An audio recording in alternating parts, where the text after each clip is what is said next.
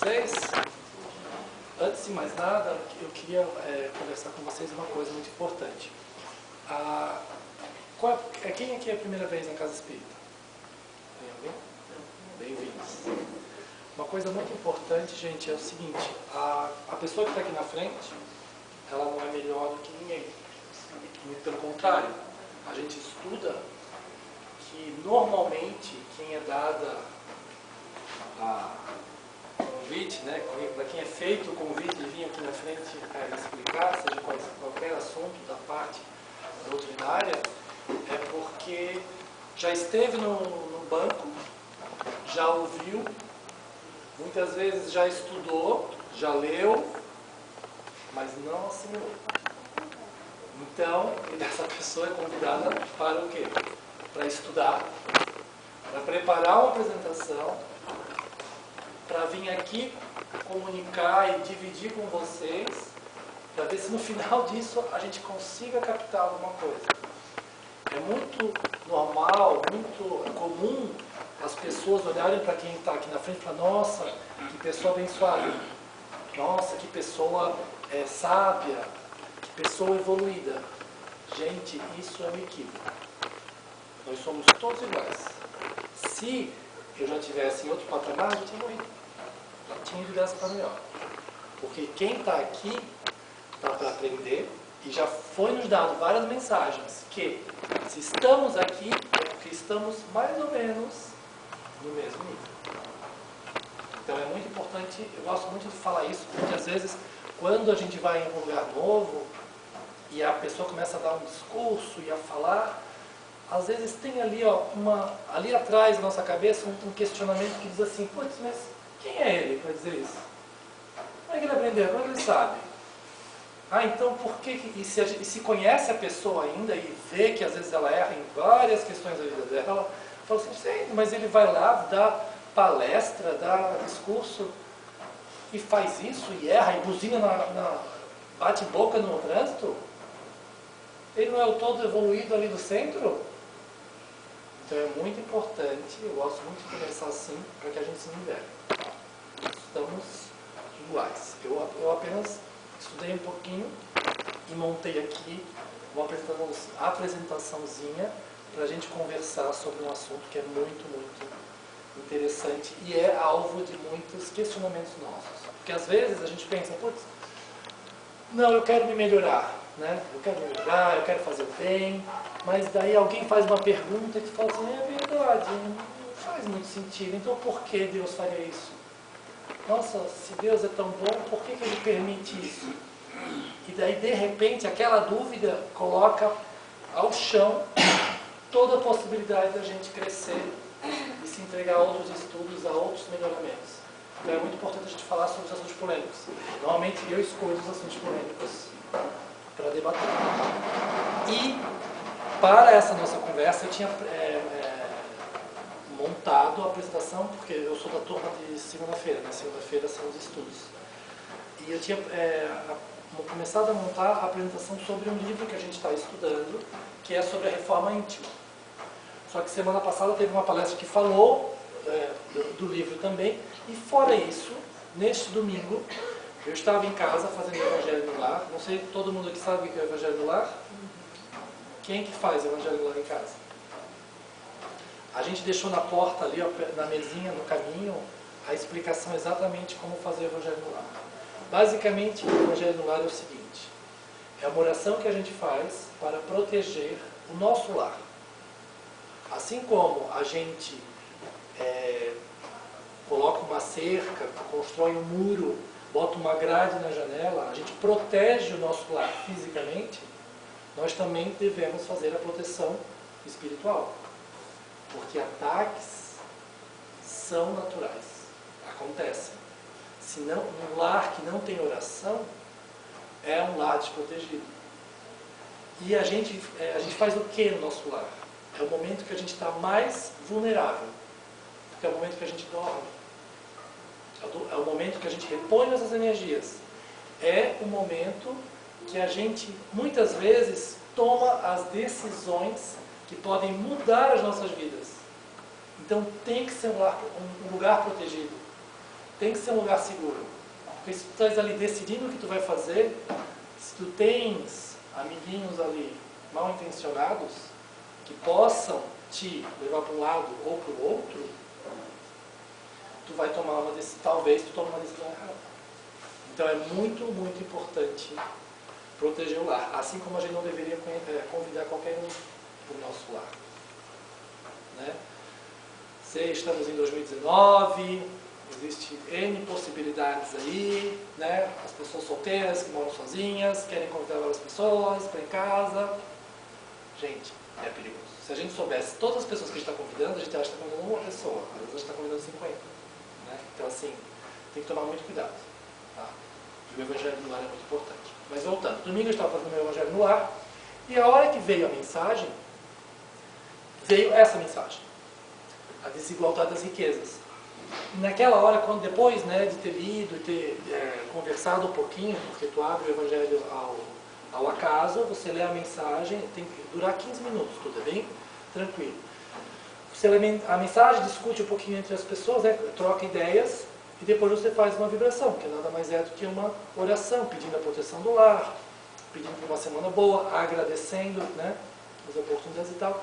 E a hora que eu fechei os olhos para fazer a vibração, me veio muito claro, este é o tema da sua palestra. E daí eu mudei tudo para fazer isso hoje, tá bom? Então aqui, ó, desigualdade de riquezas. Quem aqui já parou para pensar por que nós nascemos numa terra abençoada como o Brasil, né? Que é uma terra rica, não me digam que não é rica, porque ela é muito rica, naturalmente, né? Existe assim essa natureza maravilhosa aqui. Existe uma amostragem de todos os povos do mundo no Brasil. Eu sou formado em moda. Em moda a gente estuda sobre os biotipos dos corpos. Né? No mundo inteiro existem 11 biotipos de corpos femininos e 9 biotipos de corpos masculinos. Em países maiores que o Brasil, como os Estados Unidos, a média deles, eles têm 2 corpos, quase 2 corpos femininos, biotipos, né? E um masculino. Ou seja, para te fazer uma marca lá, tu faz uma modelagem que serve para todo mundo. O Brasil, ele tem 9 biotipos de corpos femininos e 7 masculinos. Ele tem praticamente todos. Então assim, é só um exemplo de como essa terra é um mini mundo, e é por isso, muitas vezes, que eu acredito muito que é realmente a pátria do Evangelho, né? É considerada a pátria do Evangelho. Nós somos um povo pacífico. Quantas desculpas a gente já teve para guerras? Né? A gente discorda de tudo, aqui tudo vira uma piada no final. Apesar de muitas vezes a gente achar que isso é um defeito, pensando bem, é uma qualidade. Porque é melhor que vire piada do que acabe em sangue. Apesar de ser violento, apesar de ter tanta coisa que a gente tem que resolver, mas apesar de tudo, é um povo pacífico.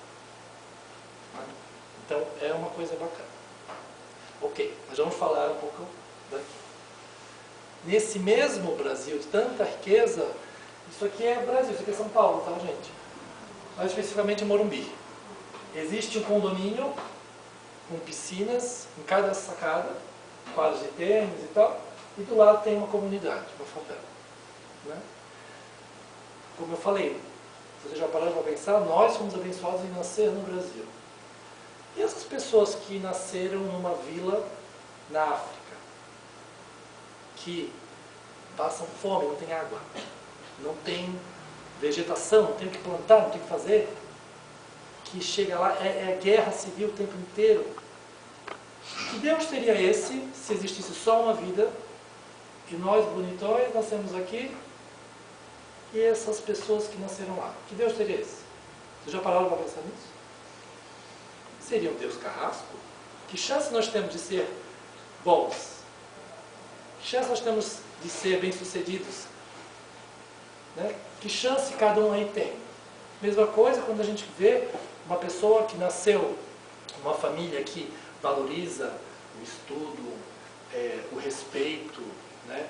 A caridade, uma família bem estruturada, que dá amor, e aquela família que o pai tem algum vício, a mãe não está nem aí, vive mais fora de casa que dentro, larga vários filhos em casa lá, né, jogados.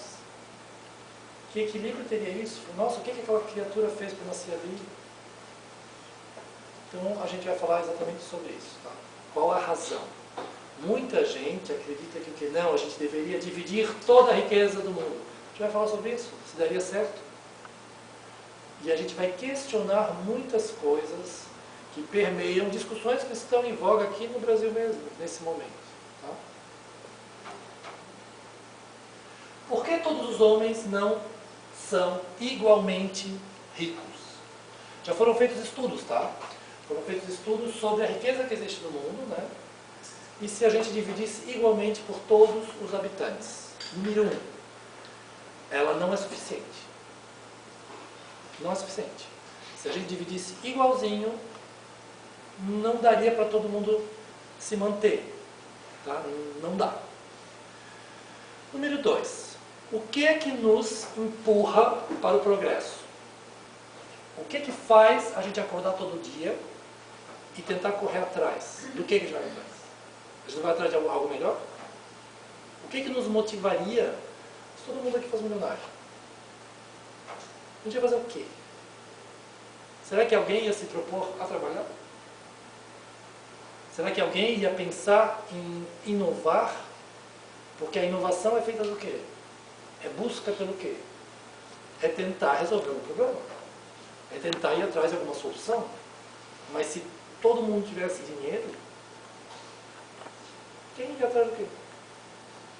Quais seriam as motivações que as pessoas teriam?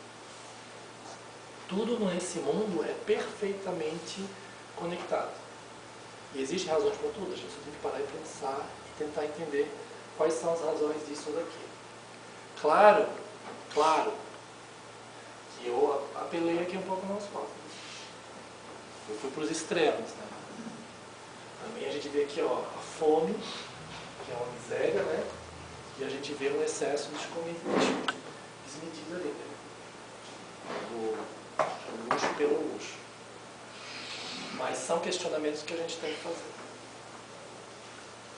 Não somos, isso tudo tá, um outro parênteses, isso tudo eu tirei do Evangelho, tá?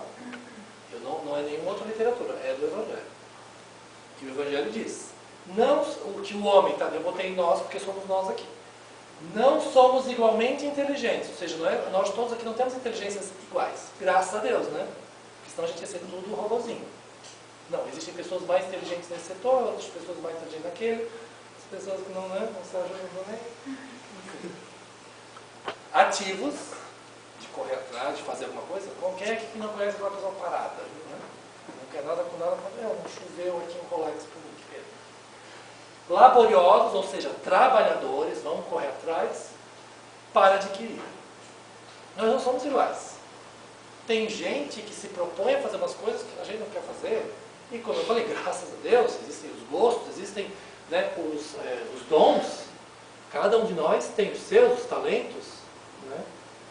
Mas então assim, achar que todo mundo tinha que ser igual, ter igual, isso não existe. E essa foto é maravilhosa. Né? Então o homeless que é sem casa, né? E o cara sem emprego. Então ele tem um tablet, pelo menos. Nem moderados e previdentes para conservar. Então o que isso aqui quer dizer? Quantas pessoas a gente conhece que tiveram alguma coisa e perderam tudo? Irmãos, às vezes, que ganharam o mesmo percentual de herança ali, o mesmo dinheiro, um fez ela crescer, o outro jogou fora. Então assim, é uma utopia. A utopia é um sonho sem parâmetros reais, não dá para ser igual, porque nós somos diferentes. Cada um está na sua caminhada. E é por isso, e é aí que está a raiz das comparações. A gente não deve se comparar com o outro. A gente tem que se comparar com nós mesmos. O que nós poderíamos ser. Como nós poderíamos ser melhores. Eu não posso me comparar com ele, ou com ela, ou com ele. Não. Porque somos pessoas diferentes. Inteligências diferentes, talentos diferentes, estilo de vida diferentes. Mas eu posso comparar com o Tiago, melhorado ou caído. Aí não lançou. Né? Então assim, é muito importante a gente entender isso. Matematicamente é o seguinte, a fortuna repartida não daria para todos, aquilo que eu falei no começo. E mesmo que fosse feito, em pouco tempo o equilíbrio seria rompido. Por quê? O que ele ia comprar? O que ela ia comprar? O que eles iam trocar? Eu não. Eu gosto de carro. Um carro, melhorzinho. O outro ali gosta de um relógio. Outro que vai gastar tudo em roupa. Né? Umas aqui, tudo gasta em roupa, se pudesse. Não é? Outros não. Não, vou guardar em casa. Né? Cada uma sua. Mas, ou seja, em pouquíssimo tempo esse equilíbrio acabaria. Porque somos diferentes, temos duas diferentes. Né? Então, se fosse possível, e aí que vem a questão, se fosse possível, e se desse para manter, vamos dizer que realmente desse um jeito ali, não. Todo mundo vai ter o mesmo e a gente vai manter isso. Cada um tendo o que viver, o que se manter. Seria o aniquilamento, ou seja, o fim de todos os grandes trabalhos pelo progresso e bem-estar da humanidade. Seria o fim, porque assim amanhã tem mais pesquisa, cada um ia cuidar do seu. Como eu disse antes, tudo que foi descoberto, muitas vezes pelo acaso, as pessoas estavam buscando um negócio, descobriram outras, foi buscando melhorias aqui, criaram-se melhorias por outras coisas, tem tantos exemplos aí. Foram feitos por quê? Pela busca do melhor. Né? Quantas vezes foi em busca de água se achou petróleo? Né? É um bom exemplo. Em pesquisas, tentando solucionar alguns problemas, se descobriram outros recursos da natureza que não se sabia. Existem várias... o micro-ondas é um exemplo. O micro-ondas, que hoje é usado em várias casas por aí, ele foi criado o quê? Na época da guerra? Porque eles queriam... Os soldados tinham que comer, tinham que ser rápido, tinham que ser ágil. Claro, tem umas coisas que não precisavam ser criadas, né? Só trazem destruição e tal. Mas a busca pelo novo, a busca pelo progresso, ela só existe por quê? Porque a gente está tentando ir atrás de coisas melhores, de situações melhores. E não tem nada de errado com isso, porque o ser humano ele foi feito para isso, para se desenvolver. Nós estamos aqui para nos desenvolver. Se não fosse por isso, a gente estaria aqui para quê? Na segunda-feira, nossa aula foi sobre o que é um espírita. O espírita é o quê? Uma pessoa que ela quer, que ela precisa, que ela deve. Hoje ser melhor que ontem. E ser amanhã melhor do que hoje. Esse é o espírita. Não quer dizer que frequenta o centro espírita, não quer dizer que faz isso aqui. Não. Se essa pessoa, hoje, ela faz em qualquer situação da vida dela, ela está querendo melhorar um pouquinho hoje do que ontem, e amanhã ser um pouquinho melhor do que hoje, não é espírito. Porque esse é o nosso objetivo, sermos melhores. E como eu disse, baseado em nós mesmos. Eu posso dizer que eu sou. Uma coisa muito importante também é o autoconhecimento. Não tem como tu mensurar se estou melhor, se estou pior do que ontem, se não se conhecer. E às vezes a gente gosta de se enganar. Às vezes a gente gosta de se fazer de coitadinho. É pobre de mim. Né? A gente tem que se olhar no espelho. Bom, eu tenho essa qualidade aqui. Putz, podia melhorar isso aqui. Tenho esse talento que eu não uso. Por isso, talvez, que eu estou infeliz nesse trabalho. Estou trabalhando horrível. Entendeu? Estou lidando com essas pessoas só para me aparecer. Por quê? Então, assim, a gente tem que ser realista. Uma das coisas mais importantes da vida é a gente se olhar no espelho e enxergar exatamente quem nós somos. Inclusive, a parte da nossa sombra, que é o quê? Os nossos defeitos. Porque se a gente não conhecer os nossos defeitos, se a gente ficar tapando o sol com a peneira, como é que vai melhorar? Se não admite que tu é aquilo. Eu sou orgulhoso. Não, eu sou orgulhoso. Gente, sou orgulhoso mesmo. Não, tu tem que saber o que tá. Para identificar onde que tu pode fazer a diferença, como tu vai dar esses passos para se melhorar. Bom, bora. As dificuldades são o combustível das grandes descobertas e entendimentos úteis. Que é isso mesmo. Se tivesse, é a nossa zona de conforto. A gente só sai da nossa zona de conforto quando? Quando o negócio aperta, senão a gente fica nesse enganado. A gente tem isso. A gente tem que sair da zona de conforto para crescer. E muitas vezes a gente só cresce porque quem é que gosta de problema? Quem que gosta de ir atrás? Né? Ninguém. Se pudesse, ia evitar. Mas a gente não vive numa ilha. Os estudos nos mostram que a gente não nasceu aqui para viver numa ilha. Então não existe mérito eu me isolar. Nós encarnamos e reencarnamos para o convívio social. É com os outros que a gente vai aprender. Não tem como tu aprender sozinho, porque daí não tem conflito, não é só tu e tu mesmo. Tu vai discutir contigo, não quer.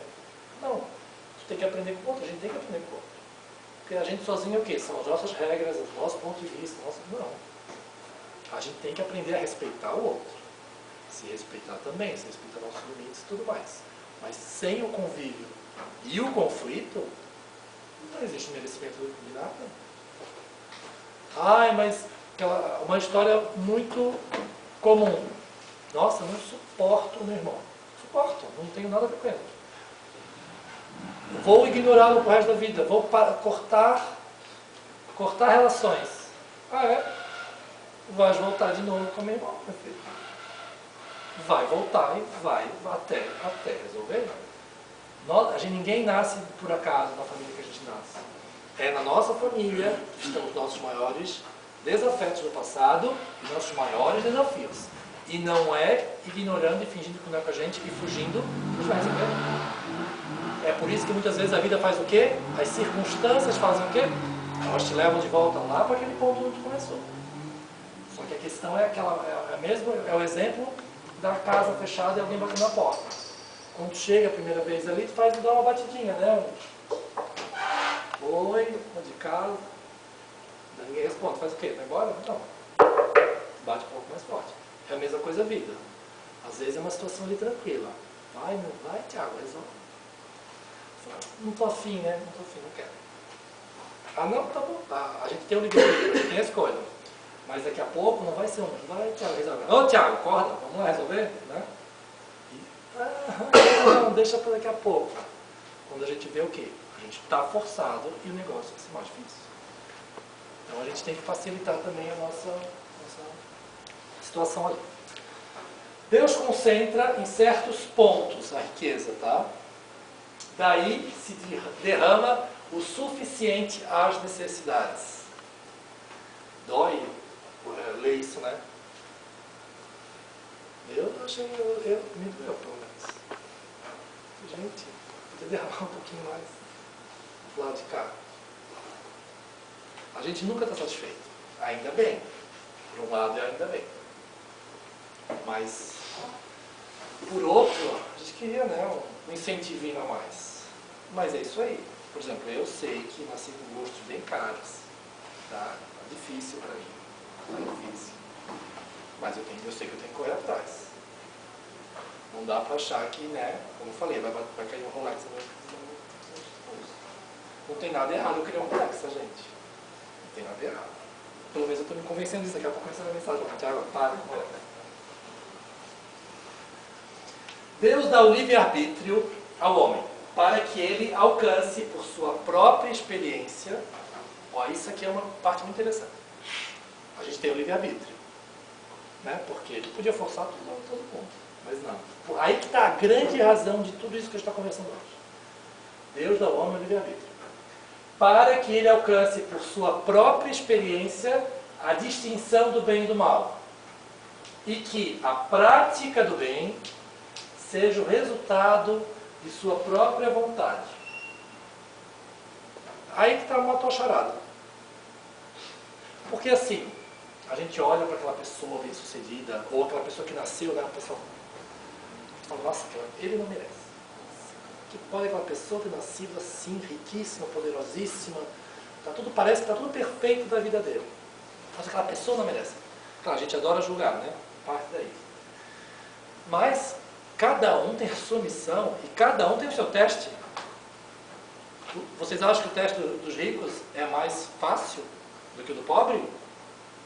Será? A gente vai conversar daqui a pouco sobre isso. Mas a gente acha? Mas mais difícil talvez seja, não seja, mas é mais glamouroso.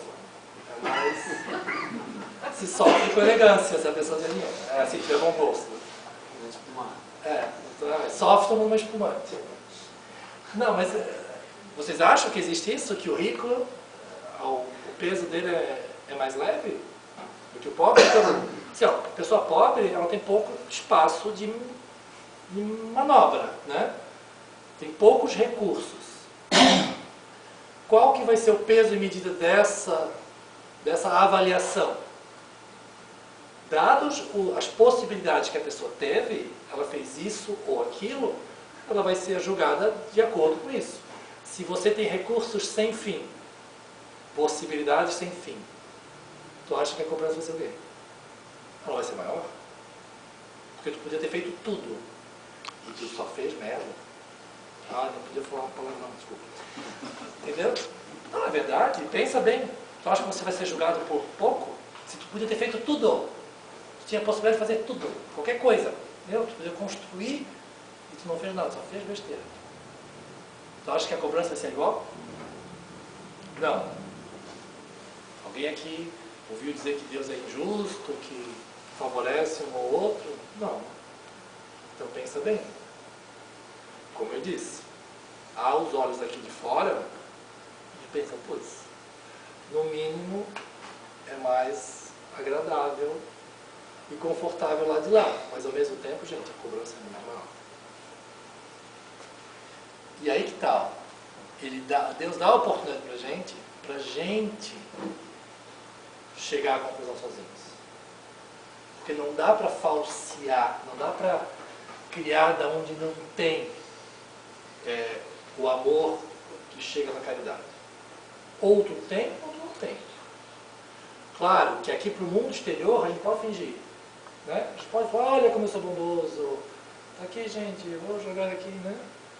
Doações para todo mundo. Mas a gente está falando de um julgamento que não tem como a gente se enganar. Não tem como enganar.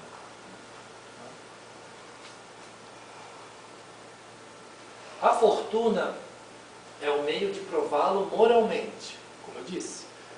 A fortuna dá o quê? Da liberdade. E nós temos nosso livre-arbítrio, mas é a fortuna daquela liberdade que os recursos dão. A pessoa pode fazer, corromper, comprar, resolver, enfim, mil coisas. A fortuna também não fica muito tempo improdutiva. Por isso é deslocada incessantemente. Isso faz parte da engenharia perfeita de Deus sobre o dinheiro. Pode ver quantos impérios sobem, quantos impérios caem. Tem até aquele diz popular, né? Pai rico, filho nobre, neto pobre. Né? Pode ver como... Não, é impossível ele construir um império. Imagina, em 5 segundos acabou. É igual o que aconteceu, acho que foi no começo dos anos 2000. Não, meados dos anos 2000. Existia uma empresa que era o maior fabricante de cadeados de senha, aqueles de, sabe, de... Números. Hã? Com números. Com números, exatamente. Foi o maior fabricante do mundo desses cadeados. Era uma empresa que valia não sei quantos bilhões na Bolsa de Valores de Nova York.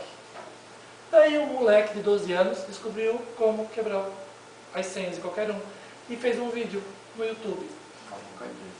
Faliu a empresa em menos de uma semana. Acabou. Acabou tudo. Uma semana. Era uma empresa que ela tinha, acho que era 80 anos. A Google fez isso com as páginas amarelas. Não, exato. Nossa, a gente está passando por várias revoluções. Né? Então, assim, tu acha que alguém imaginou que isso ia acontecer? Quantos impérios vão e vão, acaba assim, do nada, né? Então, assim, realmente, é deslocado incessantemente essas fortunas. Então, assim, os testes não param.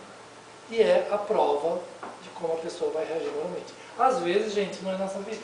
Às vezes a pessoa nasce rica, faz um monte de besteira, morre, não é dessa. Não cabe a nós. A gente não está fiscalizando, a gente não deveria, né? A gente gosta de fiscalizar, é outra coisa. A gente não deveria ficar fiscalizando a vida de outros. Eu acho que cada um aqui tem bastante no seu prato aí para se resolver e para, né, se melhorar. Mas a gente gosta de falar, nossa, não merece, eu mereço. Cada um deve possuí-la para experimentar servir-se dela e provar o uso que dela sabe fazer. Olha que coisa interessante, já começa a ter uma esperança aí, gente. Cada um deve possuir, mas gostei, não sei vocês. Alguém aqui nasceu com algum gosto bem fora do seu padrão? Tem gente aqui que gosta de um pão com ovo? Vejo comigo, né? E um pobretão que gosta. Eu, por exemplo, eu tenho uma coisa que eu falei, nossa, não acredito. Eu já era espírita na época, mas eu falei, nossa, só agora eu tenho certeza. Eu tenho certeza que eu tenho outras vidas. Foi o dia que eu achei o veludo alemão. O veludo alemão é um veludo, tá, que foi desenvolvido para os nobres e a nobreza austríaca, e hoje é disponível em algumas marcas do mundo. Mas assim, é uma coisa caríssima. Só que sabe aquela coisa assim que eu nunca tinha visto? Gente, eu estou aqui de Itajaí, tá? Um belo dia eu estava viajando e de repente eu toquei num negócio e falei, meu Deus, isso é o sal. Isso é o sal. Agora eu tenho certeza, isso é o sal. Gente, coisa maravilhosa. Eu me enrolei lá na loja com aquilo, eu falei, dane-se. Depois eu me viro para pagar no cartão. Mas eu voltei, sabe? Não faz nexo eu gostar daquilo, e assim, não é que eu gostei, eu me identifiquei, a hora que eu vi aquilo, eu falei, nossa, isso aqui é meu, isso aqui é pra mim. Não, sou obrigado a ter isso. Entende? É a mesma coisa do pão com ovo dos ricos que não casa. Então assim, eu tenho certeza, já fui. Tomara que eu seja povo. Mas então, cada um terá essa oportunidade. Quem sabe não nessa vida, numa próxima ou já teve, está pagando aí, né? Não, mentira, não está pagando, é outra experiência. Tá? É impossível que todos tenham ao mesmo tempo. A gente já estudou isso aqui no começo, todo mundo já entendeu, né? E, cada um possui o seu turno. Quem não tem hoje, quem não a tem hoje, já teve ou terá numa outra existência. Quem está animado aí, quem está mais ou menos?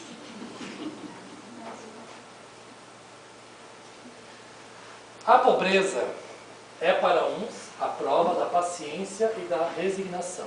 Quem é que não conhece aquela pessoa que tem as condições financeiras limitadas, né? Vamos dizer assim, ser pobre, que não aceita, não acredito, como que eu posso ser pobre? É uma prova disso. É a prova do quê? Da paciência e da resignação. A gente tem que se resignar à nossa situação. Nada é por acaso. Se a gente está nela, é porque a gente estava tentando aprender. A gente tem que aprender alguma coisa. Tem gente que é óbvio, né?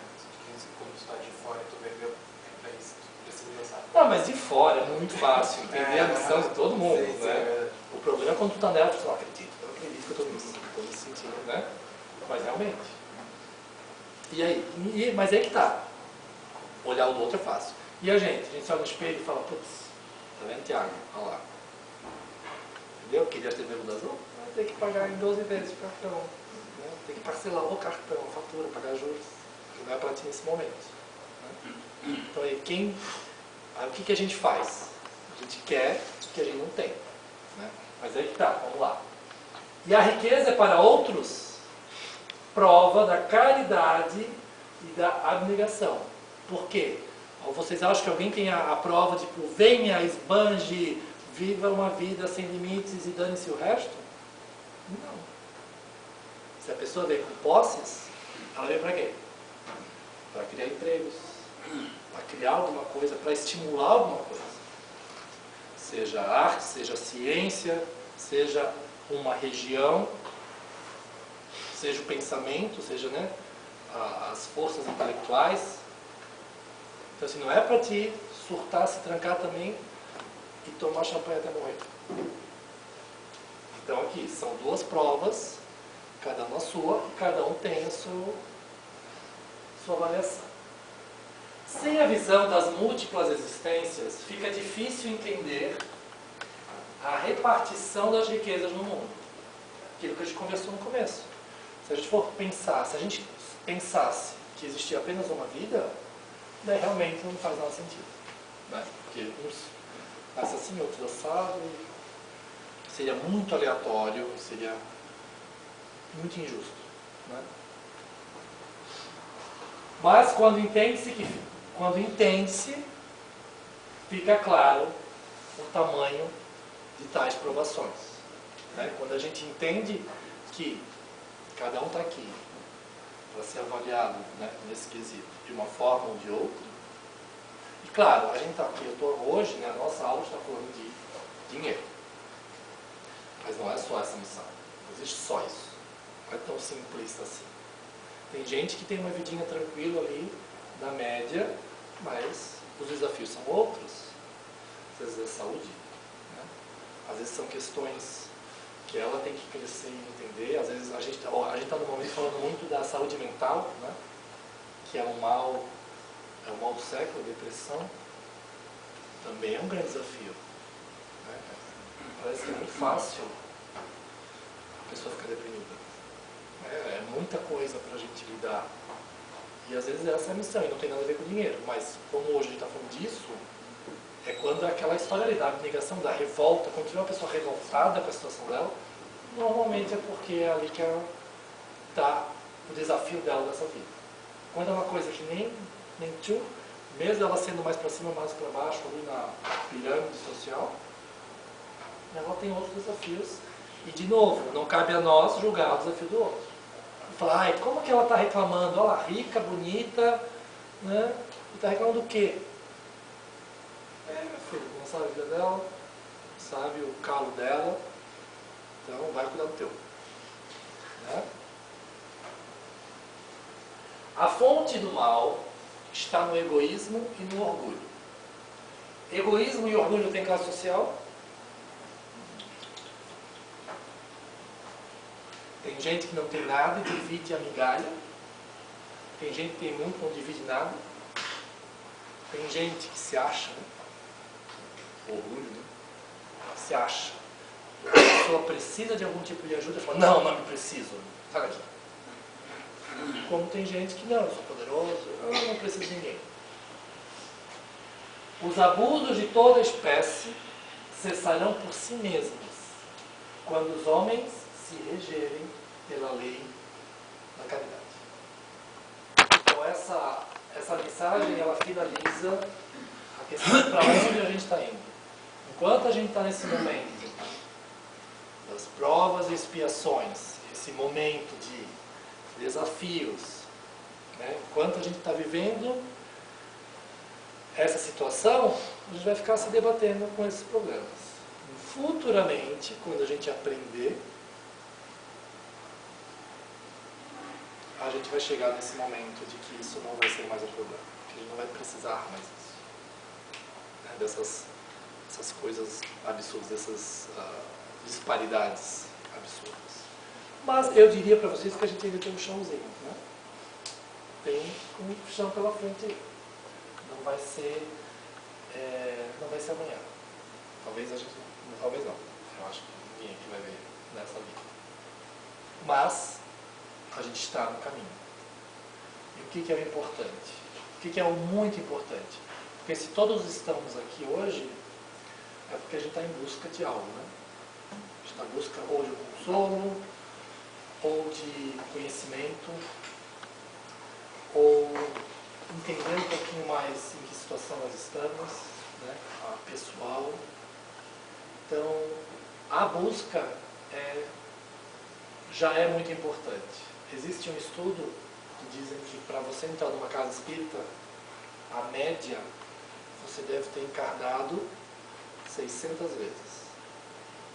Então foram 600 vidas, talvez, numa média, para a gente estar aqui hoje. Com isso a gente entrou, a gente está começando a entender. Né? O Espiritismo ele não julga as outras religiões, a gente acredita que todas elas têm o seu papel. Cada um vai em busca daquilo que melhor lhe convém, mas a gente acredita e prega muito a questão da caridade e do amor. Isso quer dizer o quê? Não dá para julgar. Julgue a si mesmo, e mesmo consigo mesmo, seja caridoso. Porque não adianta a gente se martirizar. Problemas e questões que a gente tem que melhorar são óbvias, e todos nós temos. Aquilo que a gente começou a conversa hoje. Se não tivesse, eu teria morrido. Eu teria ido para outra esfera, outro planeta, eu estava bem, olha aqui. Se estamos aqui hoje, se estamos vivendo nesse mundo, porque estamos mais ou menos na mesma média, cada um na sua batalha. Então, seja caridoso com você mesmo, né? Não se martirize, ao mesmo tempo, não tape o sol com a peneira. Não finja que está tudo maravilhoso. Né? A gente precisa se melhorar, a gente precisa se enxergar. Autoconhecimento é necessário, eleger prioridades, eleger o que precisa ser feito, ter coragem para ir atrás e entender que nós somos corpo e espírito. Então, você deve cuidar do corpo, sim, porque é o nosso templo aqui, mas a gente tem que cuidar do nosso espírito também. E daí eu pergunto, quantas horas por semana você cuida do seu corpo? Quantas horas você alimenta o seu corpo? E quantas horas você alimenta o seu espírito e cuida dele? 1 hora por semana? Acha suficiente? Então vamos lá, gente. Vamos correr atrás. Como eu disse, a gente deixou ali a explicação do Evangelho lá para todo mundo. Aconselho muito. Tá? Eu mesmo vi na minha casa uma mudança muito grande depois que a gente começou a fazer. Mudou o ar da casa. Muda. Tá? No começo é difícil mesmo. Tá? No começo está tudo errado. Esquece, se tu bota despertador, acaba a bateria do relógio, do telefone, sei lá. Ou pega uma chuva, não consegue chegar em casa no horário que tu marcou. Existem mil coisas. São realmente obstáculos para te provar a ti mesmo que tu queres essa mudança, tu queres essa nova estilo de vida, essa construção. Mas vale a pena. O ambiente que fica vale a pena. Alguém quer perguntar alguma coisa sobre a aula de hoje? Fazer algum comentário? Então tá bom. Vamos fazer uma prece. Vamos fechar os olhos. Ficar bem confortável na cadeira. Pode fechar o olho.